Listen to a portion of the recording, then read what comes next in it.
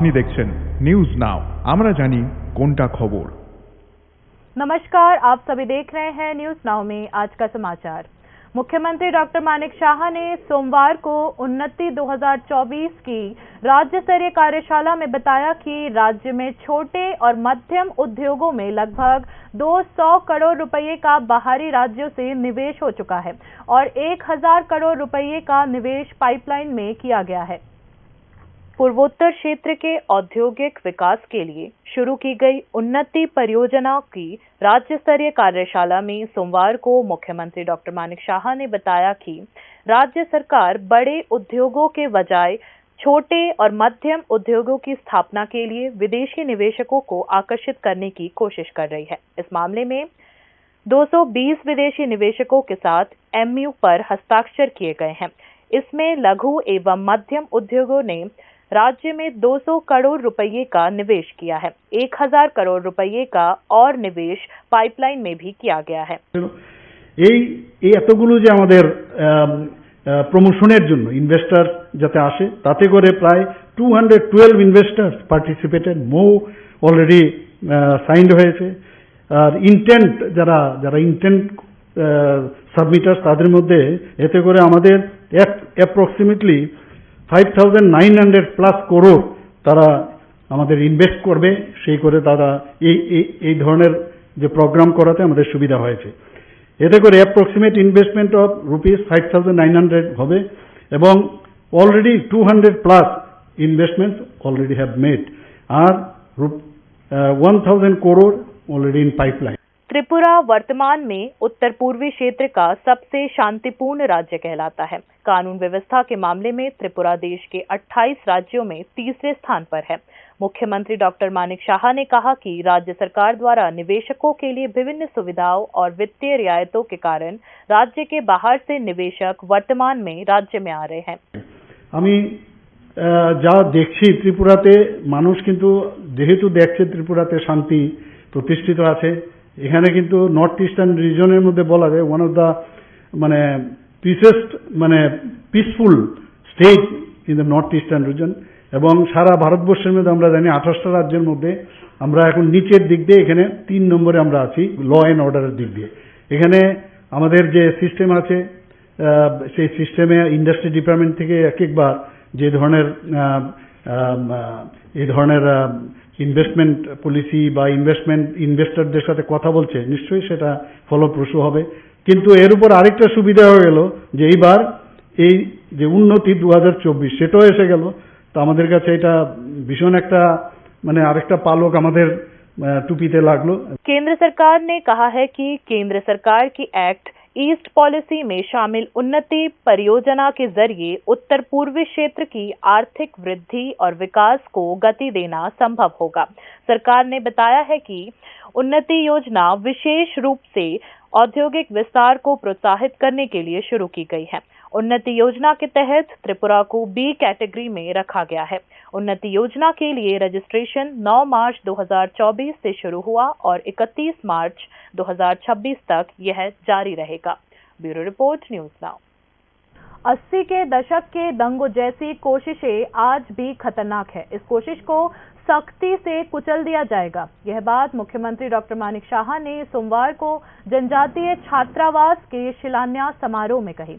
इस दिन मुख्यमंत्री डॉक्टर मानिक शाह ने रविंद्र भवन से वर्चुअल माध्यम से राज्य के 4 जिलों के 6 प्रखंडों में 26 करोड़ 60 लाख रुपए की लक्ष्य लागत से 10 छात्रावासों का शिलान्यास किया। इनमें से 6 जनजातीय लड़कों के लिए और 4 जनजातीय लड़कियों के लिए छात्रावास खोले जाएंगे। मुख्यमंत्री डॉक्टर मानिक शाह ने कहा, हमारी सरकार शिक्षा को सार्वभौमिक बनाने के लिए सुदूर गांव में जनजाति वर्ग के छात्रों को सर्वोत्तम सुविधाएं प्रदान करने के लिए प्रतिबद्ध है। बता दें कि सरकार ने PM जनमन योजना के तहत राज्य के 6 जिलों में लगभग 37 करोड़ से ज्यादा की लागत से कुल 14 छात्रावास बनाने की पहल की है। আমরা 80-র কথা যদি বলি, কিরকম একটা দাঙ্গা জনজাতি এবং জাতিদের মধ্যে করানো হয়ে গেছে আপনারা সবাই জানেন, এটা কিন্তু ভুলবার নয়। ত্রিপুরাতে মাঝে মাঝে তারও চেষ্টা করা হয়, উকি ঝুঁকি দেয়, কিন্তু আমাদের সরকার অত্যন্ত দৃঢ়তার সাথে এই ধরনের যারা চেষ্টা করবে তাদেরকে কোনো অবস্থায় রেহাই দেওয়া হবে না এবং আমরা দেইও না। আমরা চাই জাতি। मंदिर के सौंदर्यीकरण पर 14 करोड़ रुपए खर्च किए जाएंगे। राज्यपाल इंद्रसेना रेड्डी नल्लू ने सोमवार को चतुर्दश देवता मंदिर का दौरा करते हुए ये बात कही।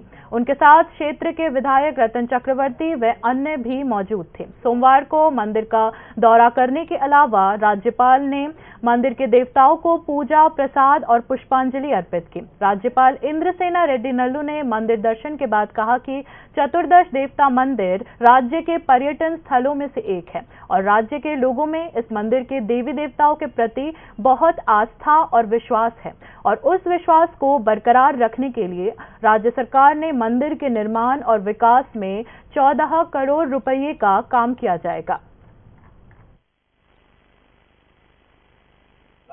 आज कार्तिक सोमवार है, इसलिए 14 गॉड टेम्पल को विजिट करके भगवान का दर्शन करने के लिए आया है।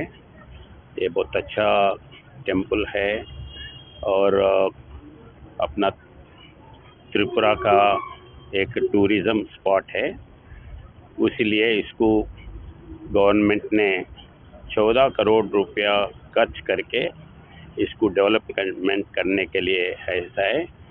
ये 14 गॉड टेम्पल के ऊपर आम पब्लिक का बहुत विश्वास है। वो विश्वास को कायम करते हुए इसको डेवलप करने के लिए गवर्नमेंट प्रोग्राम लिया है। जस्टिस संजीव खन्ना ने देश के 51वें मुख्य न्यायाधीश के रूप में शपथ ली। न्यायमूर्ति खन्ना ने 50वें मुख्य न्यायाधीश DY चंद्रचूड़ का स्थान लिया है। जस्टिस संजीव खन्ना उन चंद लोगों में से है जो हाई कोर्ट के मुख्य न्यायाधीश बने बिना ही सुप्रीम कोर्ट के मुख्य न्यायाधीश बन गए हैं। सोमवार को संजीव खन्ना ने देश के 91वें मुख्य न्यायाधीश के रूप में शपथ ली। इस दिन राष्ट्रपति द्रौपदी मुर्मू ने तय कार्यक्रम के मुताबिक सुबह 10 बजे राष्ट्रपति भवन में उन्हें शपथ दिलवाई। जस्टिस खन्ना ने देश के 50वें मुख्य न्यायाधीश DY चंद्रचूड़ का स्थान लिया है। वे अगले 6 महीने तक देश की न्यायपालिका के शीर्ष पर रहेंगे। मुख्य न्यायाधीश संजीव खन्ना 13 मई 2025 को सेवानिवृत्त होंगे। न्यायमूर्ति संजीव खन्ना ने अपने करियर की शुरुआत दिल्ली की जिला अदालत में एक वकील के रूप में की थी। बाद में वे दिल्ली उच्च न्यायालय के वकील बने। 2004 तक संजीव खन्ना आयकर विभाग के वरिष्ठ वकील थे। उन्हें 2005 में दिल्ली हाई कोर्ट के अतिरिक्त न्यायाधीश के रूप में नियुक्त किया गया था। 2006 में न्यायमूर्ति संजीव खन्ना को स्थायी न्यायाधीश के रूप में नियुक्त किया गया। जस्टिस खन्ना को 18 जनवरी 2019 को सुप्रीम कोर्ट के जज के रूप में नियुक्त किया गया था। संजीव खन्ना उन कुछ लोगों में से है जो हाई कोर्ट के मुख्य न्यायाधीश बने बिना ही सुप्रीम कोर्ट के न्यायाधीश बन गए हैं। वह संविधान के अनुच्छेद 370 को निरस्त करने से संबंधित मामले में सुप्रीम कोर्ट की संवैधानिक बेंच के न्यायाधीशों में से एक थे। इसके अलावा जस्टिस खन्ना चुनावी बॉन्ड, दिल्ली के मुख्यमंत्री अरविंद केजरीवाल की जमानत समेत कई अहम मामलों में सुप्रीम कोर्ट की बेंच का हिस्सा रहे हैं। इसी साल अगस्त में उनकी बेंच ने मुंबई के एक कॉलेज में छात्रों के बुर्का हिजाब पहनने पर प्रतिबंध से जुड़े मामले की भी सुनवाई की थी। उनकी बेंच ने कॉलेज अधिकारियों के दिशा निर्देशों पर सवाल उठाते हुए आंशिक रोक लगा दी थी। Bureau report, news now. वानी विद्यापीठ स्कूल में इंडस्ट्रीज एंड कॉमर्स विभाग के सीनियर कंप्यूटर असिस्टेंट पोस्ट की एग्जाम में मोबाइल फोन के साथ हॉल में प्रवेश करने पर एक एग्जाम कैंडिडेट को गिरफ्तार कर लिया गया है। यह मामला परीक्षा के दौरान इन्विजिलेटर ने पकड़ लिया और कैंडिडेट को तुरंत गिरफ्तार कर लिया गया और इस संबंध में पश्चिम अगरतला पुलिस स्टेशन में शिकायत दर्ज की गई। शिकायत के आधार पर पश्चिम अगरतला पुलिस स्टेशन में आरोपी के खिलाफ BNS and the public examination prevention of unfair means act की धारा 10 के तहत मामला दर्ज किया गया है। সেখানে একটি মোবাইল ফোন বার করে সেই মোবাইলের সহযোগিতা নিয়ে সে পরীক্ষা দেওয়া শুরু করে। সঙ্গে সঙ্গে যারা ইনভিজিলেটর ছিলেন, যারা ডিউটিতে ছিলেন, তারা তাকে হাতে নাতে ওকে ধরে এবং তাদের তরফ থেকে একটি লিখিত সুনির্দিষ্ট অভিযোগ একটি করা হয় থানাতে ওর এই বিষয় নিয়ে, এবং তার কেস নাম্বার হচ্ছে 136/2020। बाकी की खबरें ब्रेक के बाद। আপনি দেখছেন নিউজ নাও, আমরা জানি কোনটা খবর।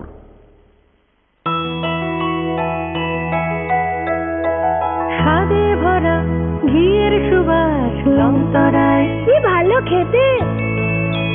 শুদ্ধ ঘিয়ের আবেশ ভরা লংতরায়, অপূর্ব সুগন্ধ।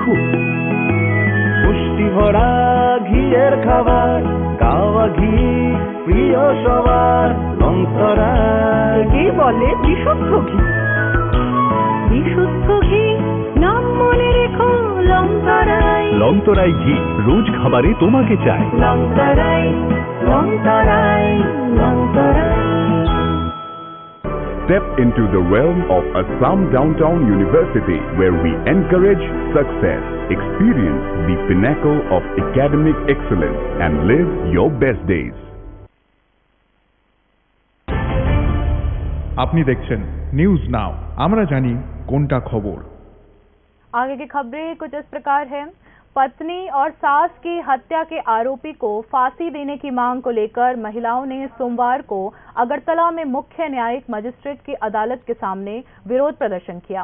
13 अक्टूबर को मधुपुर थाना अंतर्गत खामरहाटी इलाके के आमतली थाना अंतर्गत ओएनजीसी नेताजी नगर इलाके में समरजीत चौधरी ने अपने ससुराल जाकर अपनी पत्नी तनुश्री चौधरी और सास सोमा आचार्य की धारदार हथियार से बेरहमी से हत्या कर दी। आरोपी समरजीत चौधरी को फांसी देने की मांग को लेकर इलाके के लोगों ने सोमवार को कोर्ट जाकर विरोध प्रदर्शन किया। मृतक के परिजनों ने समरजीत चौधरी पर उसकी पत्नी तनुश्री चौधरी को लंबे समय से शारीरिक और मानसिक रूप से प्रताड़ित करने का आरोप भी लगाया है। আমি সরকারের কাছে এর কাছে আইনজীবীর কাছে মানে আইনের কাছে আমি আবেদন করতেছি যে যাতে তার সাজাটা ফাঁসি হয় না। দীর্ঘদিন ধরে যাতনা ভোগ করাইছে আমার নাতিনকে, সে আগুন লাগাই দিছে, ইয়ে করছে, সব শিশুকে অত্যাচার করে সে মার কাছে আইছিল, মার কাছেও বাঁচতে পারে নাই, সে মারও মার্ডার করছে।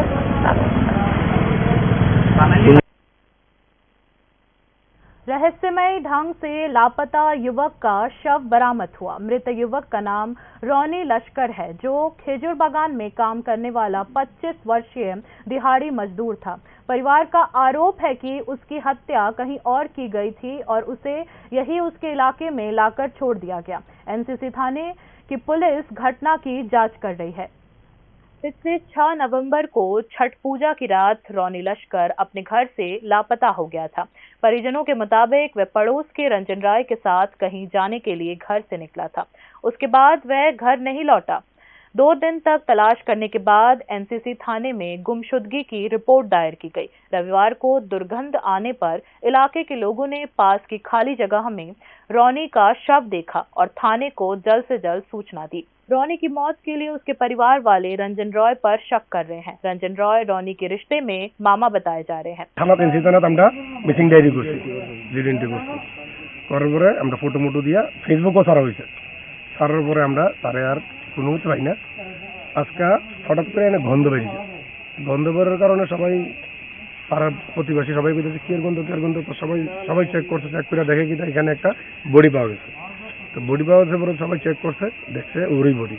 एनसीसी थाने के एक पुलिस अधिकारी ने बताया कि जब इलाके के लोगों ने रौनी लश्कर का शव देखा और थाने को सूचना दी तो पुलिस ने आकर शव की पहचान की और उसे पोस्टमार्टम के लिए अस्पताल भेज दिया। 10:15টার দিকে আমরা থানাতে একটা ফোন আছে তারপরে ফোনে কয় যে একটা এখানে বডি পাওয়া গেছে। এখানে খেজুর বাগান নয়, সাহাপাড়ার দিকে। তো ওইখানে লোকের ওই ছেলেটা তো কিছুদিন আগে 8 তারিখে গত 8 তারিখে তারা মিসিং এন্ট্রি করেছে।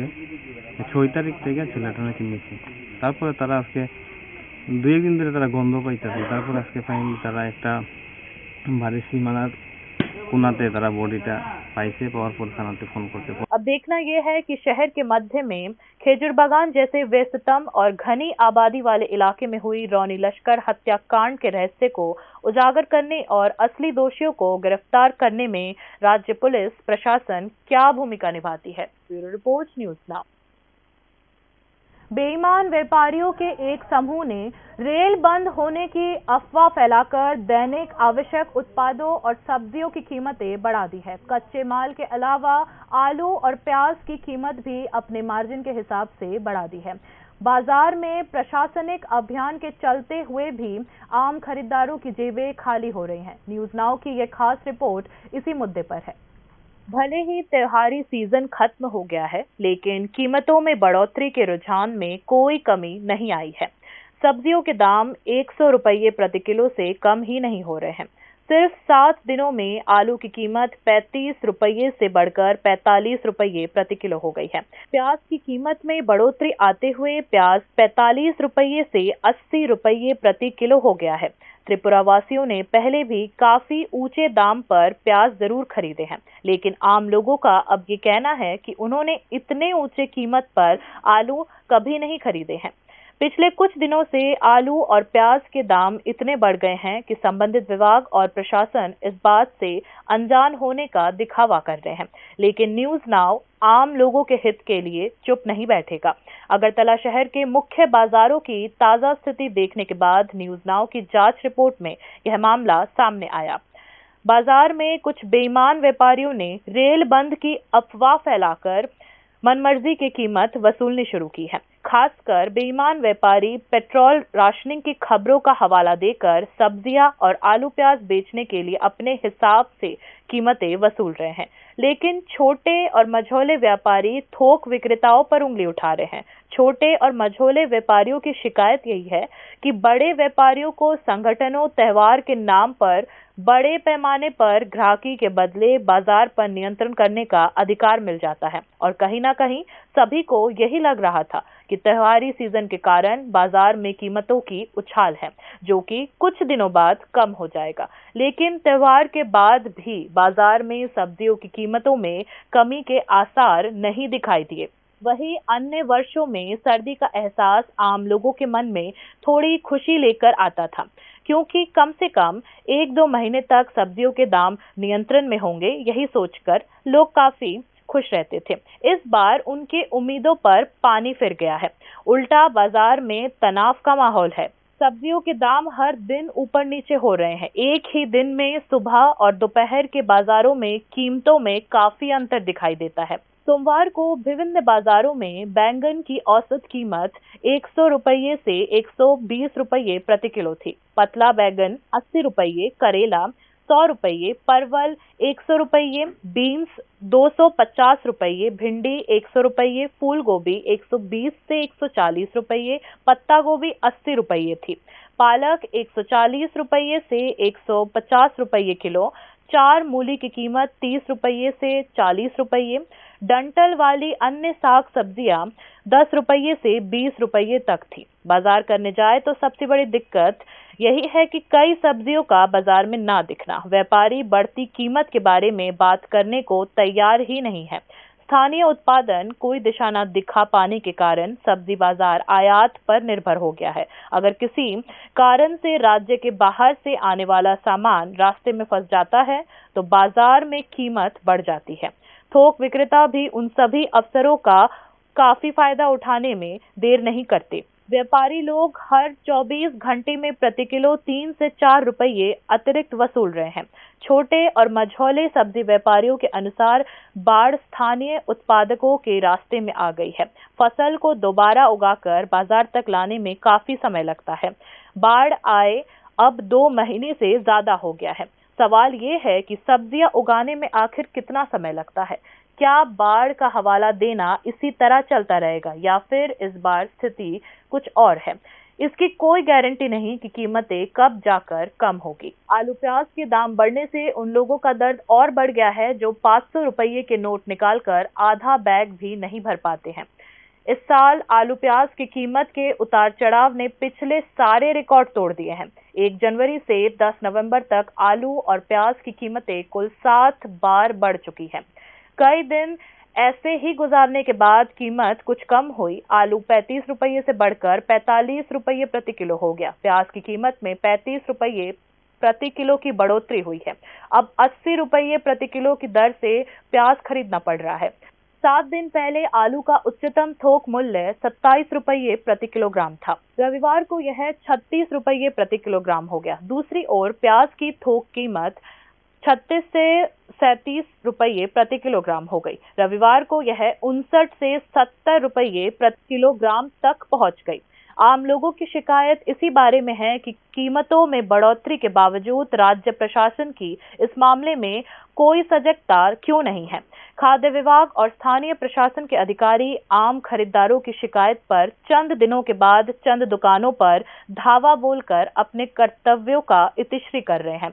राज्य के लोग, विशेषकर निम्न और मध्यम वर्ग, पहले से ही आवश्यक वस्तुओं की कीमतों में वृद्धि से काफी प्रभावित है। ऊपर से कच्चे माल, सब्जियों और आलू प्याज की कीमतों में बेतहाशा वृद्धि होने से आम लोगों को बड़ा धक्का लगा है। आम लोग असहाय हो गए हैं।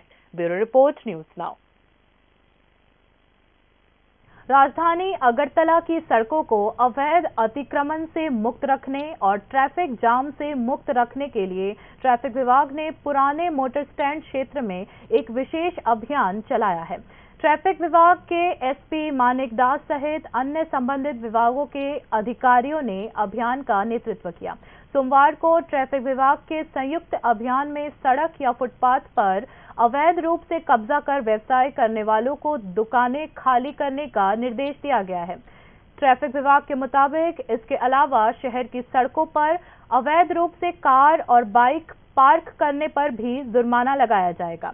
ट्रैफिक विभाग के अलावा राज्य परिवहन विभाग, पश्चिम जिला पुलिस और अगरतला नगर निगम के विभिन्न अधिकारियों ने दिन के इस विशेष संयुक्त अभियान का नेतृत्व किया। ट्रैफिक विभाग के एसपी मानिक दास ने कहा कि शहर की सड़कों को जाम से मुक्त रखने के लिए पहले भी इस तरह के अभियान चलाए जाते रहे हैं और आगे भी जारी रहेंगे। ट्रांसपोर्ट डिपार्टमेंट থেকে আছে, ডিস্ট্রিক্ট পুলিশের পক্ষ থেকে। তো এটা আমাদের একটা জয়েন্ট ড্রাইভ। আগরতলা শহরের যতগুলো বিজি এরিয়া আছে তার মধ্যে একটা হলো এই ওল্ড মোটর স্ট্যান্ড এরিয়া। আপনারা দেখতেই পাচ্ছেন যে এখানে ফুটপাথ দখল করে আছে, বিভিন্ন ধরনের ব্যবসায়ীদের বাইক এখানে পার্ক করে রেখেছে। কিছু কিছু আনঅথরাইজড লোক এখানে ব্যবসার নামে এখানে ফুটপাথ দখল করে বসে আছে, রাস্তা দখল করে বসে আছে। তো ট্রাফিক রিলেটেড অনেক ইস্যু এখানের মধ্যে আছে। আজকে আমরা ওয়ার্নিং দিচ্ছি। राज्य के एडवोकेट जनरल सिद्धार्थ शंकर दे ने इस्तीफा दे दिया। उनके इस्तीफे के बाद शक्तिमय चक्रवर्ती एडवोकेट जनरल का कार्यभार संभालेंगे। पूर्व एडवोकेट जनरल सिद्धार्थ शंकर दे ने बताया कि उन्होंने अपने फैसले के बारे में मुख्यमंत्री डॉक्टर मानिक शाह को पहले ही सूचित कर दिया था, लेकिन 5 या 6 मामलों की फाइलों को देखते हुए उनके इस्तीफे में कुछ दिनों की देरी हो गई। विभिन्न मीडिया रिपोर्ट्स के अनुसार कुछ कानूनी मुद्दों पर त्रिपुरा कानून विभाग के वरिष्ठ अधिकारियों और वरिष्ठ नौकरशाहों के साथ तनावपूर्ण संबंधों के कारण सिद्धार्थ शंकर दे ने इस्तीफा दे दिया। इस बीच सिद्धार्थ शंकर दे के इस्तीफे के तुरंत बाद वरिष्ठ वकील शक्तिमय चक्रवर्ती ने राज्य के नए एडवोकेट जनरल का पदभार संभाल लिया है।